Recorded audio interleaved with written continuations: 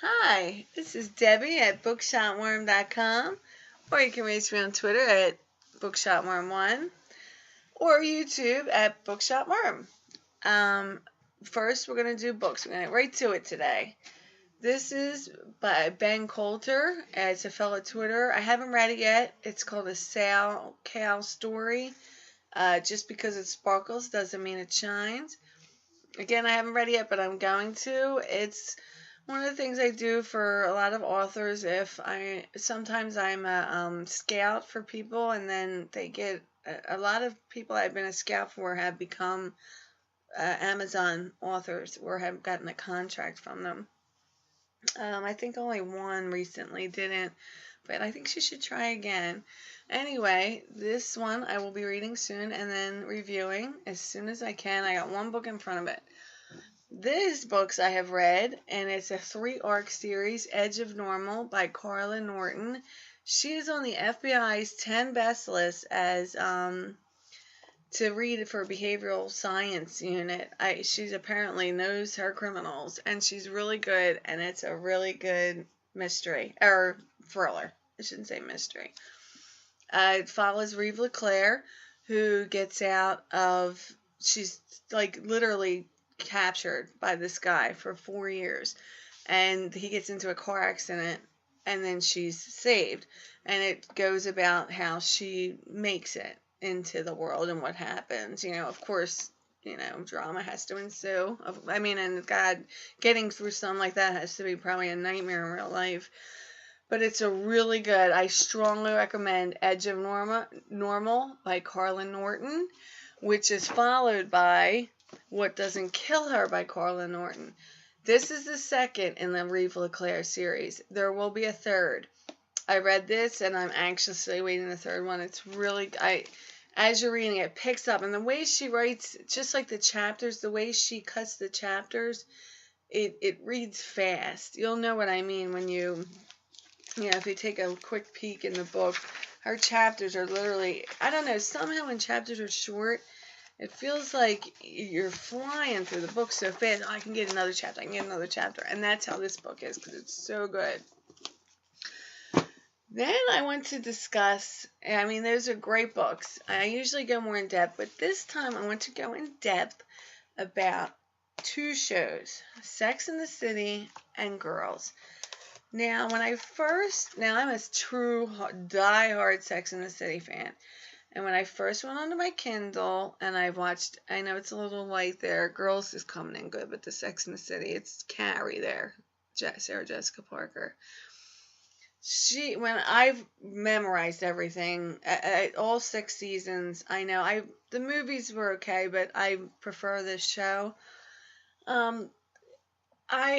Could recite all of their lines. I love Samantha, Charlotte, Miranda, Carrie. Mr. Big, Aiden, they became ingrained in my head. So much so that when I tried to watch Girls, at first I was like, what is this? This is terrible.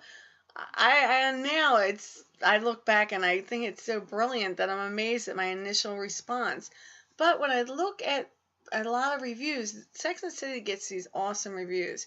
Where Girls, I think it's like almost too new for people. It must be how Sex and the City was received in the beginning.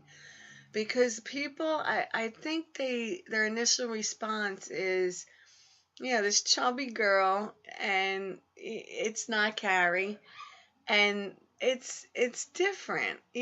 Adam Driver, who's amazing as his name in the show is Adam as well, but it's not Adam Driver.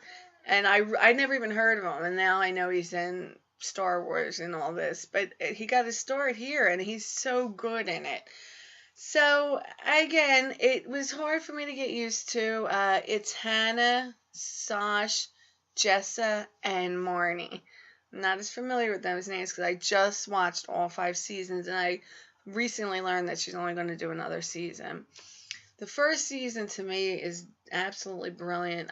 Brilliant. And it shows real people. Like there's a sex scene between her parents, which is really good. It just shows real life. And I begin to think back to Sex and the City and how shiny it was.